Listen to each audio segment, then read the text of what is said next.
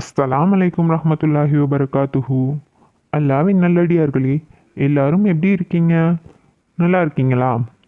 அல்ஹம்துலில்லாஹ். அல்லாஹு தஆலா குர்ஆனில் 3 இடங்களில் சபிக்கிறான்.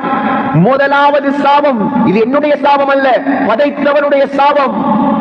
மிம்பரில் வைத்துக் கொண்டு சாபம் விடுவதல்ல, அல்லாஹ்வுடைய மார்க்கத்தை, இஸ்லாத்தை முறையாக எத்தி வைப்பது உலமாக்களுடைய கடமை. சகோதரர்களே, முதலாவது சாபம் சூரத்துல் பக்கரா. அல்லாஹ் சொல்கிறான், உலாயிக ஹுமுல் காசிரூன். கியாமத்துடைய நாளையில் யாரெல்லாம் இரத்த உறவை துண்டித்தீர்களோ எல்லாரும் நஷ்டமா போங்க, எல்லாரும் கைசேதமாக மாறுங்கள். இரண்டாவது சாபம் சூரத்துர் ரஅத். ரஅத் என்றாலே இடி.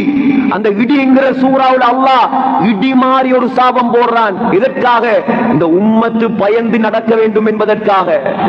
உலாயிக லஹுமுல் லஅனா. இரத்த உறவை துண்டிப்பவர்களே, உங்களுக்கு அல்லாஹ்வுடைய சாபம் உண்டாகட்டும். வலஹும் சூத்தார். இரத்த உறவை துண்டிப்பவர்களே, அவர்களுக்கு அல்லாஹ் வைத்திருப்பது மோசமான நரகத்தை அல்லாஹ் சொல்கிறார்.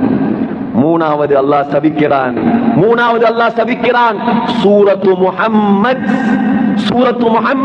அல்லாஹ் சபிக்கிறான், நாசமாக போகட்டும். சபித்து விட்டு சொல்கிறான், இரத்த உறவை துண்டிப்பவர்களே, உங்களுடைய பார்வைகளை அல்லாஹ் குருடாக மாற்றட்டும், அல்லாஹ் உங்களுடைய காதுகளை செவிடாக மாற்றட்டும். என்னுடைய சாபமா சகோதரர்களே? படைத்த ரப்புல் ஆலமீனுடைய சாபம் இது. இதை கேட்டுவிட்டும் திருந்தவில்லை என்றால் உலகத்தில் எதை கேட்டுவிட்டும் திருந்த மாட்டான். அல்லாஹ்வை பயப்படாதவன் வேற எதற்கும் பயப்பட மாட்டான்.